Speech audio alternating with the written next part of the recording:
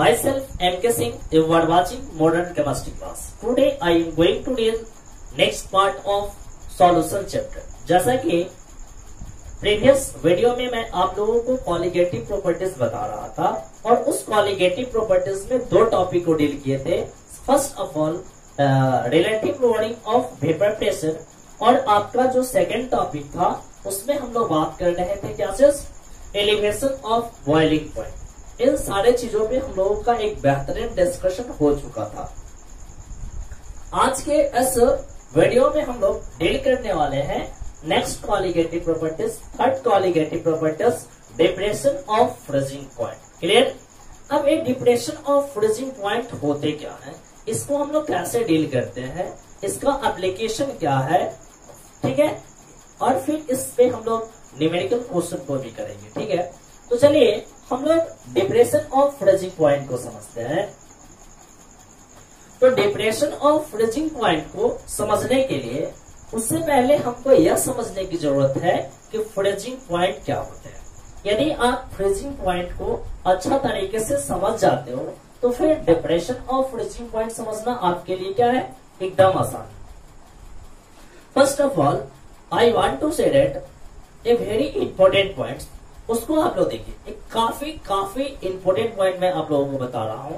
जैसा कि आप लोग याद रखिएगा कि डिप्रेशन ऑफ फ्रीजिंग पॉइंट जो है वो आपका colligative properties, depression of freezing point colligative properties.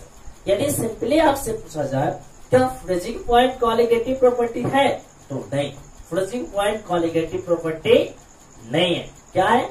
Depression of freezing point is the colligative. Clear?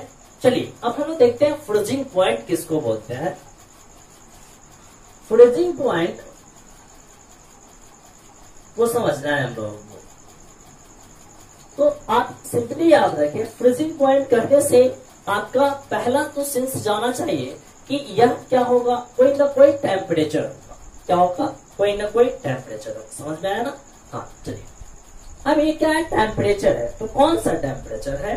तो देखिए फ्रीजिंग का मतलब क्या हो रहा है यहाँ पे कि कोई भी लिक्विड चीज होगा वो किस में कन्वर्ट होगा, सॉलिड में कन्वर्ट होगा. तो हम लोग यहाँ पे बात करेंगे क्या से, वेपर प्रेशर के साथ इसको रिलेट करेंगे. तो हम लोग यहाँ पे बोलते हैं क्या से कि temperature at which vapour pressure of substance in liquid phase is equal to vapour pressure of substance in solid phase. तो उस टेम्परेचर को हम लोग क्या बोलेंगे, फ्रीजिंग पॉइंट बोलेंगे. ठीक है, हम लोग क्या बोले कि यदि इक्विलिब्रियम कंडीशन पे वेपर प्रेशर ऑफ जो किसी सबस्टेंस का जो वेपर प्रेशर होगा लिक्विड फेज में, यदि उस सबस्टेंस का वेपर प्रेशर सॉलिड फेज में समान आए तो वो जिस टेम्परेचर पर ऐसा कंडीशन आएगा उस टेम्परेचर को हम लोग क्या बोलेंगे, फ्रीजिंग पॉइंट बोलेंगे. इसमें आप लोगों को डाउट नहीं होनी चाहिए. चलिए इसको हम लोग डिफाइन करते हैं. कैसे डिफाइन करते हैं? तो यहां से हम लोग बोलते हैं क्या चीज कि it is temperature at which vapor pressure of substance in liquid phase is equal to vapor pressure of substance in solid phase. Clear? तो उस टेम्परेचर को हम लोग बोलेंगे फ्रीजिंग पॉइंट. जैसे एट फ्रीजिंग पॉइंट यदि बात किया जाए, फ्रीजिंग पॉइंट एफ का मतलब आप लोग समझिएगा, फ्रीजिंग पॉइंट क्या लिख देते हैं हम, एट फ्रीजिंग पॉइंट यदि कोई सबस्टेंस एक्स है लिक्विड फेज में और एक इसमें सॉलिड फेज में, यानी इक्विलिब्रियम कंडीशन एट इक्विलिब्रियम, तो इस कंडीशन में इसका जितना वेपर प्रेशर होगा उतना ही वेपर प्रेशर इसका होगा. तो जिस टेम्परेचर पर ऐसा बात बोला जाएगा उस टेम्परेचर को हम लोग क्या बोलेंगे, फ्रीजिंग पॉइंट बोलेंगे. क्लियर है? चलिए अब यहां से हम किसको समझेंगे? डिप्रेशन ऑफ फ्रीजिंग पॉइंट को समझेंगे। डिप्रेस मतलब कि कम जाना, कम जाना, घट जाना। क्या घट जाना भाई? तो फ्रीजिंग पॉइंट घट जाना। मान लेते हैं कि कोई भी आपके पास एक लिक्विड है या कोई भी सॉल्वेंट है, तो उसका अपना क्या होगा? फ्रीजिंग पॉइंट होगा प्योर फॉर्म में। अब हम उस लिक्विड में क्या कर रहे हैं? किसी भी नॉन वोलेटाइल सॉल्यूट को ऐड कर रहे हैं। Non volatile solute, non electrolyte solute, ऐसा बोल रहे हैं अभी हम लोग, या सॉलिड सॉल्यूट को ऐड कर रहे हैं। तो सॉलिड सॉल्यूट को ऐड करने से वेपोराइजेशन की प्रोसेस डिक्रीज कर जाती है और उससे उसका वेपर प्रेशर क्या होगा? डिक्रीज कर जाएगा। और वेपर प्रेशर के डिक्रीज होने से, वेपर प्रेशर के डिक्रीज होने से उसका फ्रीजिंग पॉइंट क्या हो जाता है? डिक्रीज कर जाता है।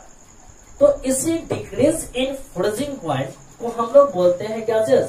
डिप्रेशन ऑफ फ्रीजिंग पॉइंट बोलते हैं। यानी कि किसी नॉन वोलेटाइल सॉल्यूट को ऐड करने पे उस प्योर लिक्विड का जो फ्रीजिंग पॉइंट डिक्रीज किया है, उसी को हम लोग बोलते हैं depression of freezing point. Clear है? अब इस डिप्रेशन ऑफ फ्रीजिंग पॉइंट को एक और टर्म हम लोग देखते हैं। क्या चीज? इसको हम लोग बोलते हैं क्रायोस्कोपी बोलते हैं। क्रायोस्कोपी बोलते हैं। क्या बोलते हैं? क्रायोस्कोपी। इस टर्म को भी आप ध्यान में रखिएगा, क्योंकि डिप्रेशन ऑफ फ्रीजिंग पॉइंट आपके बोर्ड एग्जाम में डिफाइन करने के लिए पूछता है। और हो सकता है कि depression of freezing point term न देकर आपको वहां पे क्या गिवन हो? क्रायोस्कोपी गिवन हो। तो फिर आप बोलिएगा क्या चीज कि सर ऐसा तो आपने कुछ नहीं बताया था, तो यह नौबत मैं आने नहीं दूंगा। और इसको मैं आपको बता दिया क्या sir? Depression of freezing point को एक और टर्म से बोलते हैं क्रायोस्कोपी। क्लियर है? चलिए तो अब हम लोग क्या करते हैं? डिप्रेशन ऑफ फ्रीजिंग पॉइंट को डिफाइन करते हैं। मैंने अभी क्या बताया कि किसी भी लिक्विड में जब नॉन वोलेटाइल सॉल्यूट को ऐड करते हैं तो उसका फ्रीजिंग पॉइंट डिक्रीज कर जाता है। उसी डिक्रीज इन फ्रीजिंग पॉइंट को हम लोग क्या बोला करते हैं? Depression in freezing point. ठीक है? तो चलिए लिखिएगा यहां से, when non-volatile solute added in pure solvent या pure liquid solvent,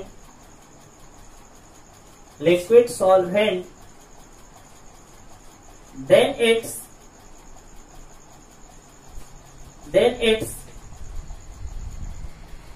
vapor pressure decreases. Due to this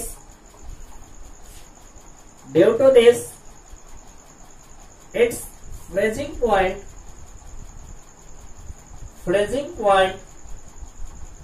decreases. This decrease in freezing point are termed as depression of freezing point। इसी को हम लोग क्या बोलते हैं? Depression of freezing point. Clear? अब चलिए यहां से एक चीज समझने की कोशिश कीजिए। मान लेते हैं यहां पे क्या है? प्योर लिक्विड सॉल्वेंट है। ठीक है? तो इसका मान लेते हैं कि फ्रीजिंग पॉइंट जो है T0F है। अब इसमें हमने क्या ऐड किया? किसी नॉन वोलेटाइल सॉल्यूट को ऐड किया, अब किसी सॉल्यूट को सॉल्वेंट में ऐड करेंगे तो किसका फॉर्मेशन होगा? सॉल्यूशन का फॉर्मेशन होता है। और इसका फ्रीजिंग पॉइंट डिक्रीज करके कितना हो जाता है? TF हो जाता है। तो यहां पे याद रखिएगा, here freezing point of pure solvent is greater than freezing point of solution. यानी कि यहां पर कंडीशन क्या है, T0F इज ग्रेटर देन क्या चीज, TF। अब ये जो फ्रीजिंग पॉइंट है वो कितना से डिक्रीज करेगा, ठीक है। तो उस डिक्रीज को निकालने के लिए हम लोग क्या करेंगे, शुरू में जितना था और बाद में जितना है उस दोनों का डिफरेंस ले लेंगे, और जैसे ही डिफरेंस लेंगे तो हमको क्या मिल जाएगा, वहां से डिप्रेशन ऑफ फ्रीजिंग पॉइंट मिल जाएगा। तो चलिए इसको थोड़ा सा और हम अच्छा तरीके से डिफाइन कर रहे हैं। यहाँ पे देखिए ध्यान से, देखिए ध्यान से, मैंने क्या बोला, T0F is greater then TF। तो इसका डिफरेंस ले रहे हैं, क्या लेंगे, T0F माइनस TF। यही क्या है, टेम्परेचर का चेंज है, तो यहाँ पे डेल्टा साइन का इस्तेमाल कर देंगे और डेल्टा TF बोल देंगे। इसी डेल्टा TF को हम लोग क्या बोलते हैं, डिप्रेशन ऑफ फ्रीजिंग पॉइंट बोलेंगे। FP का मतलब क्या, फ्रीजिंग। क्लियर है। तो इसको आप दूसरे शब्दों में कैसे डिफाइन करोगे, डिप्रेशन ऑफ फ्रीजिंग पॉइंट को, इस चीज को हम लोग देखते हैं। तो यहां से हम लोग क्या बोलेंगे, therefore depression of freezing point is defined as the difference between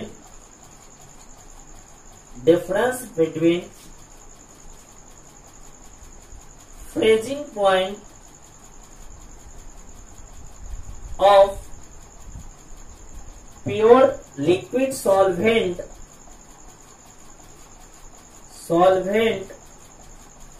to the freezing point of solution। Clear, ऐसे इसको डिफाइन करेंगे।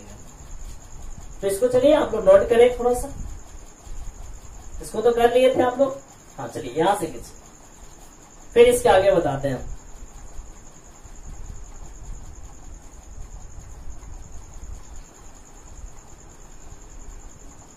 इसमें कोई ज्यादा खास चीज नहीं है, इसलिए आपको कोई परेशानी नहीं होनी चाहिए हमारे समझ से।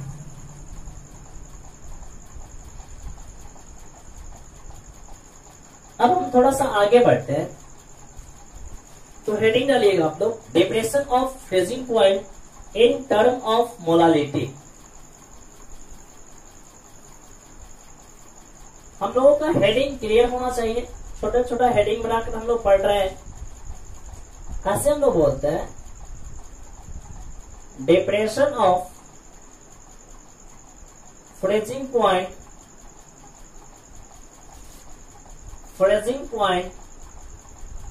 in term of molality। ठीक है।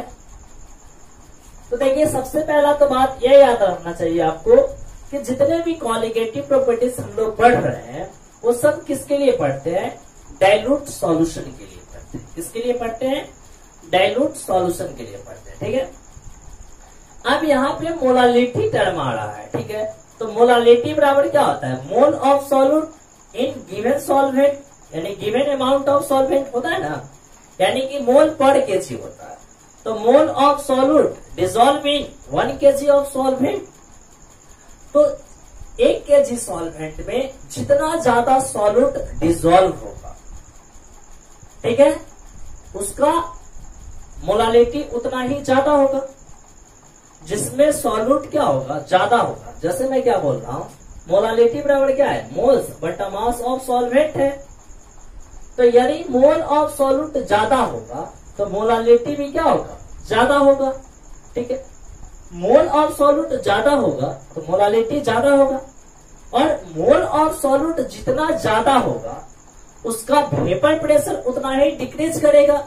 इट मींस दैट उसका फ्रीजिंग पॉइंट और डिक्रीज कर देगा। क्लियर। तो मोलालिटी बढ़ रहा है, इसका मतलब मोल ऑफ सॉल्यूट बढ़ रहा है। अब मोल ऑफ सॉल्यूट बढ़ने से वेपर प्रेशर डिक्रीज कर रहा है। अब वेपर प्रेशर डिक्रीज करेगा तो फ्रीजिंग पॉइंट भी डिक्रीज कर जाएगा। यानी ओवरऑल बात क्या हुआ कि यदि मोलालिटी इंक्रीज करता है तो डिप्रेशन ऑफ फ्रीजिंग पॉइंट भी क्या होगा, इंक्रीज करेगा। फ्रीजिंग पॉइंट डिक्रीज करेगा लेकिन डिप्रेशन ऑफ फ्रीजिंग पॉइंट क्या करेगा, इंक्रीज करेगा। क्लियर, देखिए ध्यान से। तो यहां से बोला जाता है for dilute solution, for dilute solution depression of freezing point, depression of freezing point is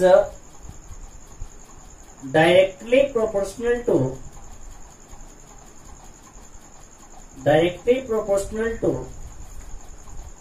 molality of solution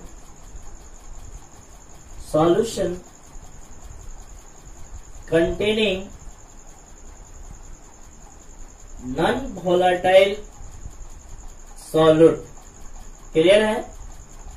तो यहां से आप लिख सकते हो that is delta T of depression of freezing point is directly proportional to molality. तो यहां से जब हम इस साइन को हटाते हैं तो एक कांस्टेंट जुड़ता है जिसको हम लोग बोलते हैं KF बोला करते हैं।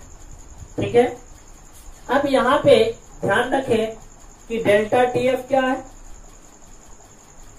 डिप्रेशन ऑफ फ्रीजिंग पॉइंट है, M क्या है, मोलालिटी है, और एक KF क्या है। KF is very very important. KF को बोलते हैं हम लोग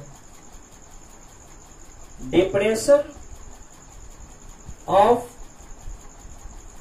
फ्रीजिंग पॉइंट कांस्टेंट, और इसको हम लोग बोलते हैं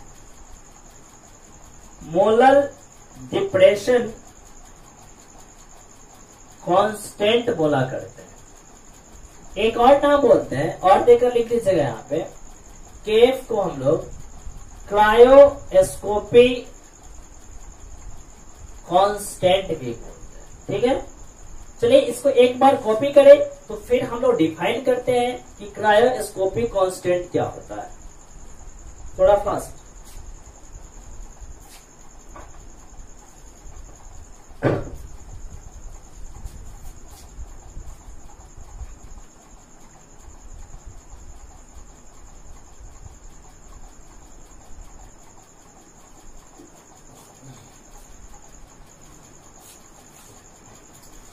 चलिए नेक्स्ट हेडिंग डालिएगा, क्या चीज, क्रायोस्कोपी कांस्टेंट। क्रायोस्कोपी कांस्टेंट एक कांस्टेंट को हमको डिफाइन करना है। किसी भी कांस्टेंट को डिफाइन करना काफी आसान होता है। हम क्या बोले आपको,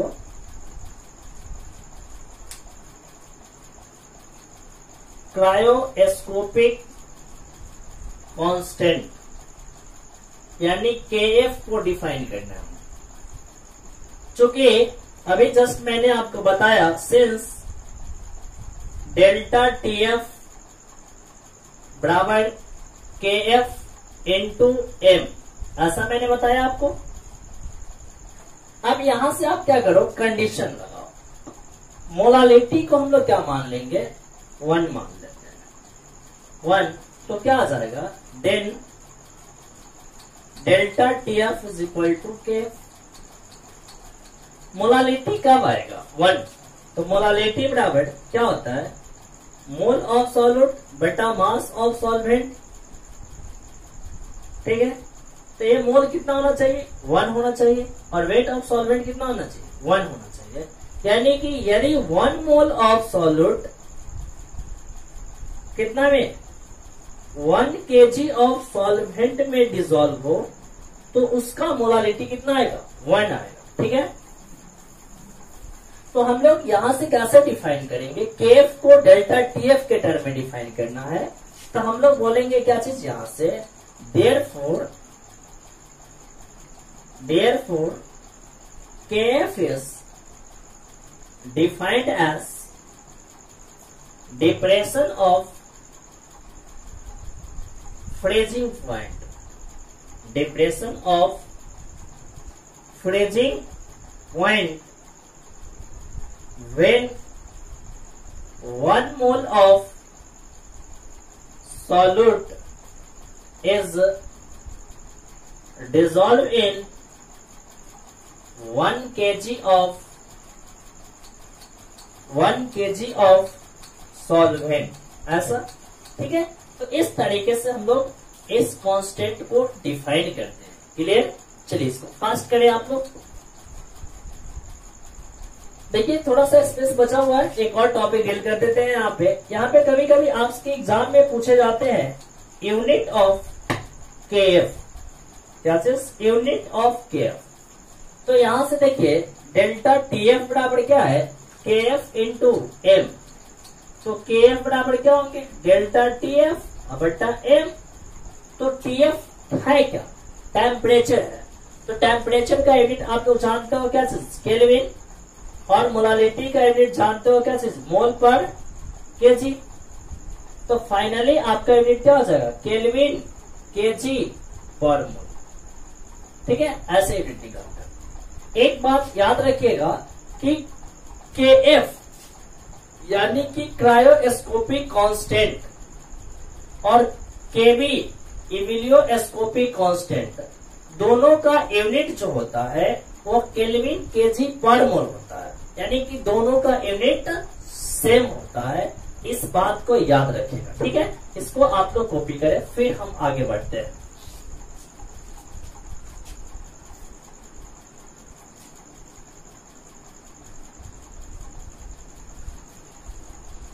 थोड़ा सा फास्ट करेंगे आप तमाम बच्चे, काफी इजी टॉपिक है, इसमें कुछ फास्ट नहीं।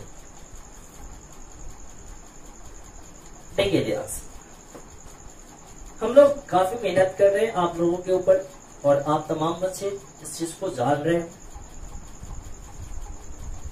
देखिए ध्यान से, इसका एप्लीकेशन देखते हैं। इसका एप्लीकेशन क्या है? एप्लीकेशन पे बात करें तो इसका एप्लीकेशन क्या है? सबसे पहला डिटर्मिनेशन ऑफ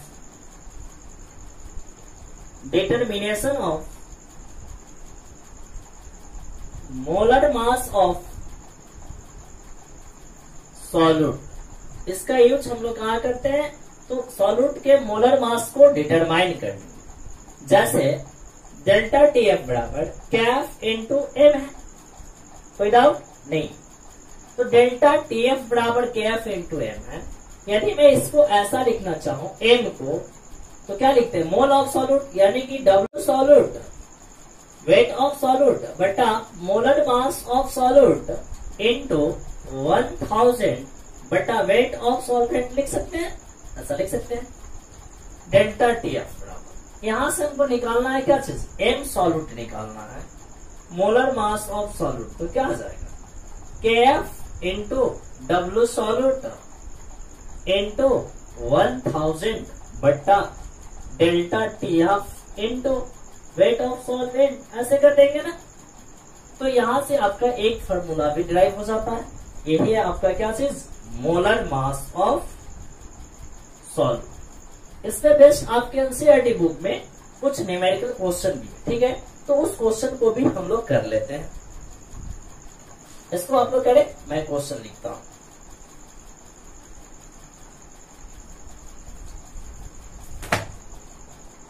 काफी इजी है, थोड़ा सा इसको ध्यान से करें, बन जाएगा आसानी से। एक न्यूमेरिकल क्वेश्चन लगा देते हैं इस पे, ताकि आपका कंसेप्ट क्लियर रहे। जो चीज पढ़ रहे हो उस पे न्यूमेरिकल तो लगाना काफी इंपॉर्टेंट होता है फिजिकल केमिस्ट्री में। एक क्वेश्चन कहता है, एनसीईआरटी बुक का है question, 1.00 gram of non electrolyte of a non electrolyte solute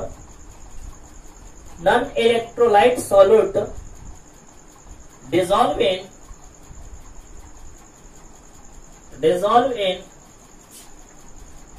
50 gram of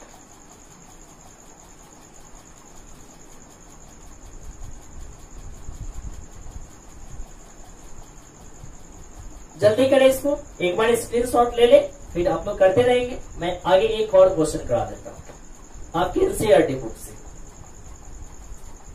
काफी थोड़ा सा इंटरेस्टिंग क्वेश्चन है, इसलिए मन किया कि करा देता हूँ, आप लोगों को बाद में परेशानी ना हो। ठीक है, चलिए देखिए। कहता है क्वेश्चन, ये आपका एग्जाम्पल 2.0 क्वेश्चन है, 2.9 है। क्वेश्चन कहता है, देखिए ध्यान से क्या कहता है,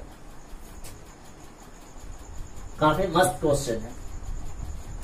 45 gram of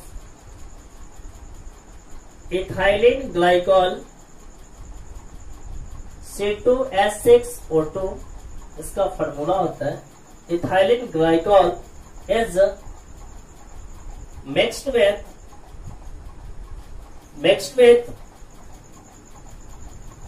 600 gram of water. Calculate A में फ्रीजिंग पॉइंट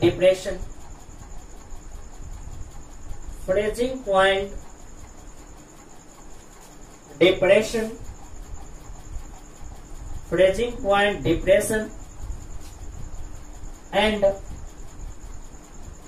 दो में फ्रीजिंग पॉइंट ऑफ द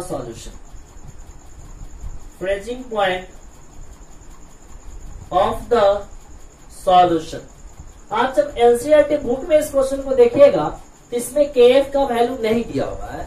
ऐसा इसलिए क्योंकि उसके प्रीवियस पेज में आप देखिएगा तो बहुत सारे कंपाउंड दिए गए हुए हैं, और उस यानी बहुत सारे कंपाउंड यानी कि सॉल्वेंट दिए हुए हैं, और उसका केएफ का वैल्यू दिया हुआ है, और वाटर के केएफ का वैल्यू जो होता है वो 1.86 होता है। ठीक है, याद रखिएगा केएफ फॉर वाटर कितना 1.86 केल्विन केजी पर मोल, ऐसा याद रख लो, कोई दिक्कत नहीं। यही क्वेश्चन है आपका, इस क्वेश्चन को हम लोग सॉल्व करते हैं, एकदम आसानी से सॉल्व हो सकते। ठीक है, सबसे पहले तो देख लो ये इथाइलिन ग्लाइकॉल है। ठीक है, तो इसका मास दिया हुआ है 45 ग्राम, तो वेट ऑफ सॉल्यूट गिवन है 45 ग्राम। ठीक है, अब यहां से मोलर मास ऑफ सॉल्यूट निकालो, क्योंकि मोलर मास ऑफ सॉल्यूट की जरूरत पड़ेगा। C2H6O2 को निकालेगा तो 12 दूना 24 और 6 30 और 16 दूना 32, 30 और 32 62 ग्राम आ जाएगा, 62 ग्राम पर मोल आ जाएगा। क्लियर? कहता है is mixed with 600 gram of water, यानी कि वेट ऑफ सॉल्वेंट यहाँ कितना गिवन है 600 ग्राम। ठीक है, तो आप डेल्टा टीएफ निकाल लो सबसे पहले, डिप्रेशन ऑफ फ्रीजिंग पॉइंट या फ्रीजिंग पॉइंट डिप्रेशन। तो डेल्टा टीएफ बराबर केएफ इंटू डब्ल्यू सॉल्यूट बटा एम सॉल्यूट इंटू 1000 बटा डब्ल्यू सॉल्वेंट कर दो। तो यहां से ये आसानी से फिल कर लोगे, देखो एकदम कट जाएगा। 1.86 केएफ का वैल्यू है यहाँ पे, एम सॉल्यूट कितना है, डब्ल्यू सॉल्यूट 45 ग्राम, वेट मोलर मास कितना है 62, 1000 बटा डब्ल्यू सॉल्वेंट कितना है 600, 2 जीरो से 2 जीरो कैंसिल, इसको हटा दो 100 कर दो, 3 से कट जाएगा ना, 1 जीरो से 1 जीरो और काट दो, 3 दूना 6, कितना आएगा 2.25, 10 है ना, 4.5, इससे 2 में डिवाइड करेंगे तो 2.25 आ जाएगा। यानी कि इसका कितना हो गया डेल्टा टीएफ 2.25। ठीक है, यानी कि जब 600 ग्राम ऑफ वाटर में 45 ग्राम ऑफ इथाइलिन ग्लाइकॉल को हम लोग मिला रहे हैं तो उसका डिप्रेशन ऑफ फ्रीजिंग पॉइंट कितना आ रहा है 2.25 केल्विन आ रहा है। ठीक है, अब चलिए सेकेंड पार्ट, एक पार्ट तो निकल गया, इसका सेकेंड पार्ट कहता है freezing point of the solution निकालना है। ठीक है, freezing point of the solution निकालना है। तो आप लोग जानते हो डेल्टा टीएफ बराबर सेकेंड नंबर डील कर रहे हैं, क्या होता है T0F माइनस TF, और हमको यही निकालना है ना, तो TF बराबर क्या आ जाएगा, इसको इधर लाते हैं, इसको इधर ले जाते हैं, T0F माइनस डेल्टा TF। तो ये हमको पता है, अभी जस्ट निकाला हमने 2.25। तो क्या यह हमें पता है? T0F नहीं पता है, नहीं पता है तो कैसे पता चलेगा? तो भैया ये क्या है, T0F freezing point of solvent, और यहाँ पे सॉल्वेंट क्या है, वाटर है, और वाटर का फ्रीजिंग पॉइंट हम लोग जानते हैं कितना होता है, 0 डिग्री सेल्सियस होता है। यानी कि उसको केल्विन में लिया जाए तो कितना आ जाएगा, बोलिए 273.15 केल्विन आ जाएगा। तो क्या करेंगे यहाँ पे, इसका जगह कितना डालेंगे, 273.15 माइनस 2.25 आ जाएगा। इसको आप क्या करो, सब्ट्रैक्ट कर लो, तो कितना आ जाएगा 2.25, तो कितना 0 आ जाएगा। 11 में से 2 जाएगा तो 9 आ जाएगा। ये कितना हो गया, 2 हो गया। तो 2 में से नहीं 3 था तो एक दिए इसको, तो 2 हो गया, 2 में से 2 गया 0, और फिर कितना 7 to 270.90 केल्विन इसका क्या आ गया, फ्रीजिंग पॉइंट ऑफ सॉल्यूशन आ गया। फ्रीजिंग पॉइंट ऑफ सॉल्यूशन कितना, 270.90 केल्विन। तो इस तरीके से हमने क्या किए, आज की इस वीडियो में हमने क्या किया, depression of freezing point, third qualitative properties को एक्सप्लेन किए, उसके हर एक पॉइंट को देखे, और फिर मैंने इसका एप्लीकेशन बताया, और फिर इस पे बेस्ट किस तरीके से न्यूमेरिकल क्वेश्चन पूछे जाते हैं, इन सारे चीजों को मैंने बताया। तो चलिए आप इस वीडियो का आनंद लें, एंजॉय करें, अपने ज्ञान को बढ़ाएं, और यदि आपको लगता है कि यह वीडियो आपके लिए बेनिफिशियल है तो आप लाइक करें, सब्सक्राइब करें और कमेंट करें। आपके साथ फिर बना रहेगा यह एम.के. सिंह, आपका well wisher. Thanks to watching my video. Again मैं आप लोगों के लिए नेक्स्ट वीडियो लेकर आऊंगा। तो चलिए द एंड करते हैं। Thanks thanks thanks.